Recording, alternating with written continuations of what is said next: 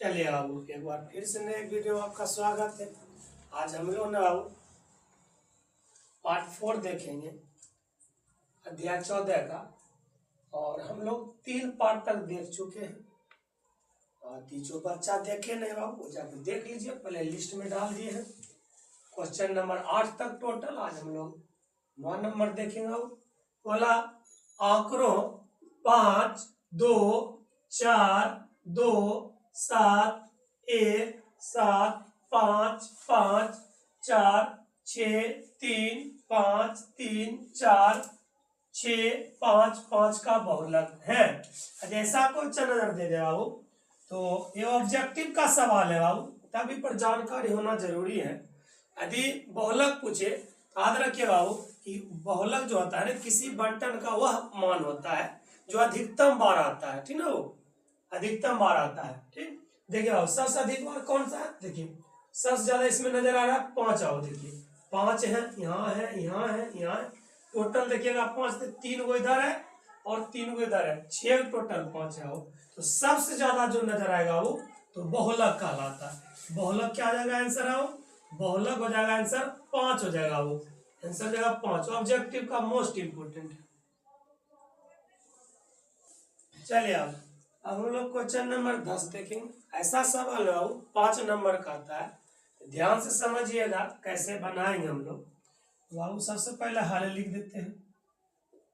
देखिए आप इसमें ना बारंबारता में देखिएगा जो सबसे बड़ा है ना वो देखिएगा, जो बारंबारता में जो सबसे बड़ा है उसको देखिएगा। देखिए सबसे बड़ा 20 है, सबसे बड़ा जो 20 है ना यहाँ पर लिखिएगा हाल में यहाँ महत्तम बारंबारता, महत्तम मतलब बड़ा बाबू, महत्तम बारंबारता 20 है, महत्तम बारंबारता 20 है कोमा जिसकी वर्ग अंतराल या प्राप्तांक एक ही बात होता है, ठीक है, जिसकी प्राप्तांक बोलिए या वर्ग अंतराल बोलिए, ठीक है। तो प्राप्तांक ये 20 to 30 है, 20 to 30 है। यहाँ महत्तम बारंबारता, महत्तम माने बड़ा, देखिएगा जो सबसे बड़ा है ना वो 20 है, इसकी जिसकी जो प्राप्तांक है बारंबारता 20 to 30 है। अतः जो बहुलक बर होगा चलिए इधर चलाते हो थोड़ा सा। अतः बहुलक वर्ग 20 to 30 होगा।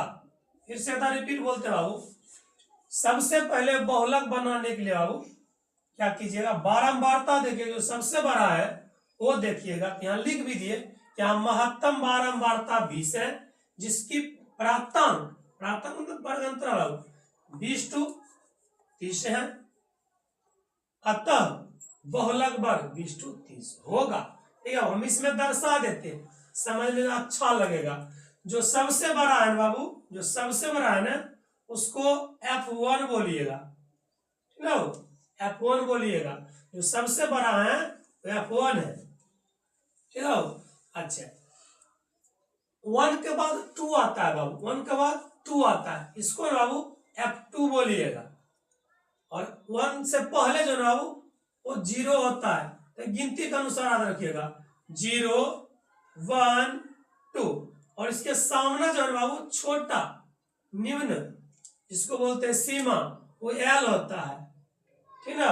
अच्छा अब देखिए सारा चीज पता चल गया, L आपका हो गया 20 बाबू, FO बाबू 12 हो गया, F1 ये 20 हो गया और F2 ये 6 हो गया। अच्छा एक H लिखिएगा, H जो है ना, H जो है बाबू जितना वर्ग अंतराल रहेगा, देखिए 0 to 10 to 20 अंतर कितना है 10 है, H हो गया 10। इसमें हम फार्मूला देते हैं बाबू, वो फार्मूला याद रखिएगा, फार्मूला पर बनेगा ये। तो बहुलक का जो फार्मूला होता है F1 घटा FO minus 2F1 minus F1 घटा FO, उसी से बनेगा, ठीक है। चलिए बाबू बहुलक बराबर, बहुलक जिसको हम लोग मोड बोलते हैं बाबू, MO, तो क्या करेंगे कि L प्लस F1 घटा FO बटा 2F1 घटाओ 2F1 घटा FO माइनस F2, ये फार्मूला आता है। वो ध्यान से देखिएगा, F1 याद रखिएगा ना, 102 और L माने होता है निम्न वर्ग सीमा, और F1 मतलब हो गया क्या बाबू, जो सबसे बड़ा है। आ जाते हैं ठीक ना, नीचा देख लीजिए L कितना है, L बाबू 20 है, 20 डाल दीजिए। अच्छा F1 देखिए बाबू कितना है, ये 20 है, 20 डालिए। FO बाबू 12 है, 12 डालिए। अच्छा बटा 2F1, तो 2F1 देखिए बाबू, F1 कितना है 20 है, चलो अच्छा बाबू F1 2F1 जो है बाबू वो 20 है। अच्छा माइनस FO देखिए बाबू 12 है, चलिए अब माइनस F2 ये 6 है, F2 6 है। अच्छा बाबू H देखिए, H कहाँ लगेगा, तो वहाँ फार्मूला में बाबू मिस्टेक होगा, सॉरी H लगेगा। H देखिए बाबू ये 10 है, 10 लग जाएगा बाबू। अब इसको ना हल कर लीजिए, तो बाबू हम लोग इधर चलाते हैं, हल में थोड़ा सा जगह है, तो ये 20 है बाबू, अब प्लस ये 20 में से 12 घटाए बाबू, ये 8 अब बटा ये 20 दूनी 40 घटा ये 12 अब माइनस ये 6 इंटू H बाबू ये 10 था ना, 10 लिख दीजिए। अब ये 20 प्लस ये 8, देखिए बाबू यहाँ विद्यार्थी गलत कर देता है, क्या करता है कि इसको घटा लेता है 40 में 12, नहीं कीजिएगा बाबू, ये जो है ना ये दोनों एक जाति, इसको पहले जोड़ लीजिए, माइनस माइनस प्लस 12 और 6 18 होता है बाबू, इंटू ये 10 है, ये 20 प्लस ये 8 घटा लिया 40 में से 18, ये 10 में 60 गया 2, ये बचा 3 में से 1 जाएगा, 3 में से 1 जाएगा तो 2, 3 में से 1 जाएगा तो 2 इंटू ये 10। अब इसको क्या कीजिए आप काट लीजिए, ये 8 बटा 22 गुना ये 10 काटिए, इसको काट लीजिए, ये 11 इसको काटिए, ये 5 तो 8 5 40 बटा 11, 8 5 40 बटा 11। अब क्या कीजिएगा, भिन्न का जोड़ नहीं कीजिएगा, भिन्न का जोड़ कीजिएगा फिर पॉइंट में बनाइएगा, इससे बढ़िया क्या हो, इसको क्या कीजिए मेरे अनुसार ये पहले दशमलव में बदल लीजिए, यानी 11 से भागा दीजिए आओ 40 में, 11 से 40 में भागा दीजिए, 11 किया 33, ये 7 अब खत्म पॉइंट 0। अच्छा 11 छक 66, ये 6 बार में आओ, इसको रख लीजिए तो ये खत्म, फिर आओ 11 तिया फिर चलेगा 33, कहने का मतलब वो चलते रह जाएगा, तो यानी 3.63 जोड़िएगा तो 20 3 23, 23.63 बाबू, ये आप लगभग में लिख दीजिए ठीक है, ये लगभग में लिख दीजिए, इतना लगभग में लिख के आंसर आराम से नोट कर लीजिए आप। चलिए अब ना बहुलक के बाद हम लोग ने माधक या माधिका ज्ञात करना सीखेंगे बाबू। तो सबसे पहले आप लोग जानिएगा कि माधक या माधिका एक ही बात का, दोनों एक ही है, माधक बोले या माधिका, इसको हम लोग मीडियन भी बोलते हैं, हम के द्वारा सूचित करते हैं। इसका फॉर्मूला है बाबू L plus n/2 minus C by F into H। L क्या है, तो माधक वर्ग की निम्न सीमा, n क्या है, तो कुल बारंबारता, और F क्या है, तो माधक वर्ग की बारंबारता, और H क्या है, तो वर्ग अंतराल यानी वर्ग माप है बाबू, और C क्या है, तो माधक वर्ग के ठीक पूर्व मैंने पहले वर्ग के कम प्रकार का संचयी बारंबार। आराम से इसको नोट कर लीजिएगा फॉर्मूला, इस पर हिसाब हम लोग सीखेंगे बाबू बाद में। अब देखिए ये वाला फॉर्मूला है बाबू ऑब्जेक्टिव में या 2 नंबर में पूछता है ठीक है, इससे पहले जो दे दिया बाबू वो था 5 नंबर वाला।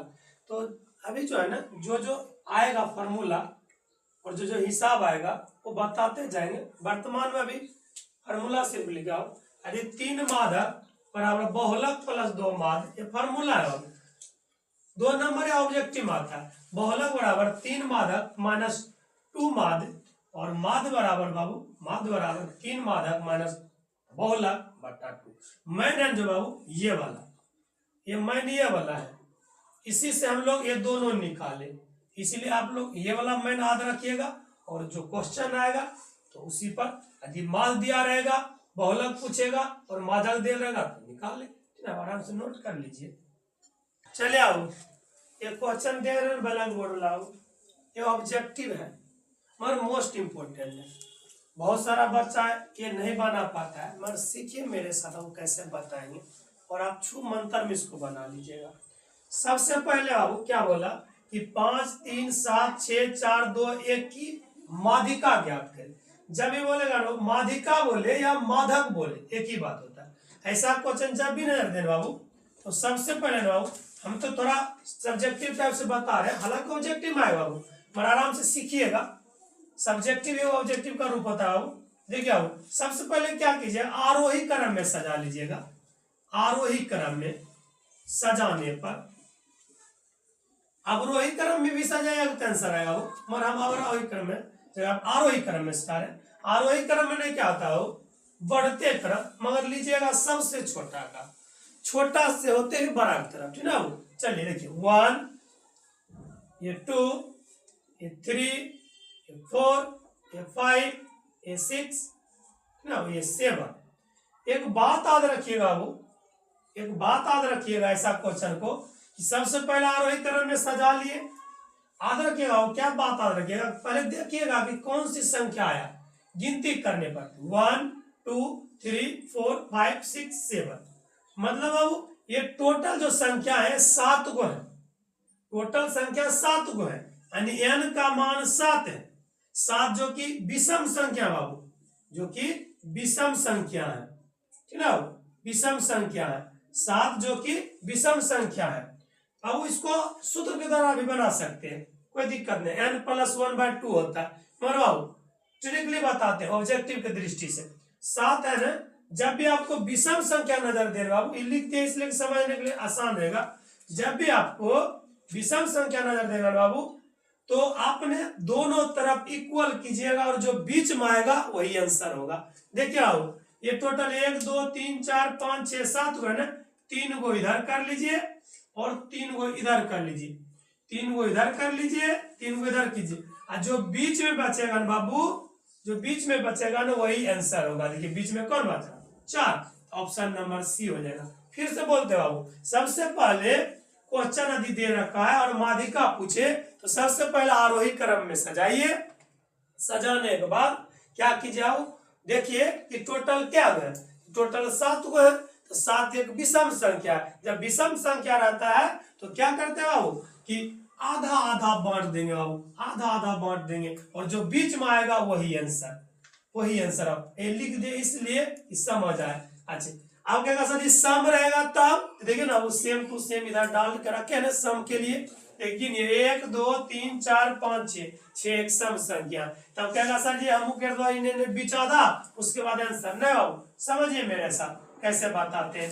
सबसे पहले लिखेंगे आरोही, आरोही क्रम में सजाने पर, तो क्या करेंगे बाबू, चलिए सजाए। सबसे छोटा कौन है, ये 2 है ना, 2 लिखिए, 2 3 4 5 6 7, 1 2 3 4 5 6, ठीक है, यहाँ पर भी 6, 1 2 3 4 5 6 सजाने बाद उतना 6 जो है ना बाबू ये सम संख्या है, सम संख्या है।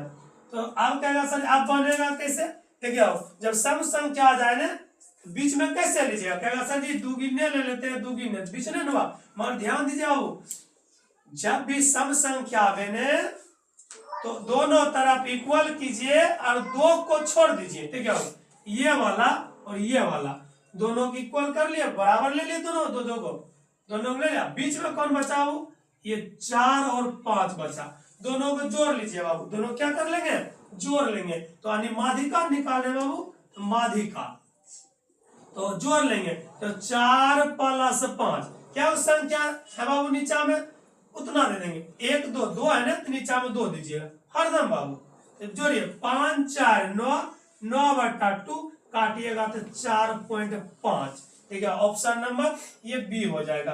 बात समझे बाबू, आराम से समझ करके नोट कर लीजिए।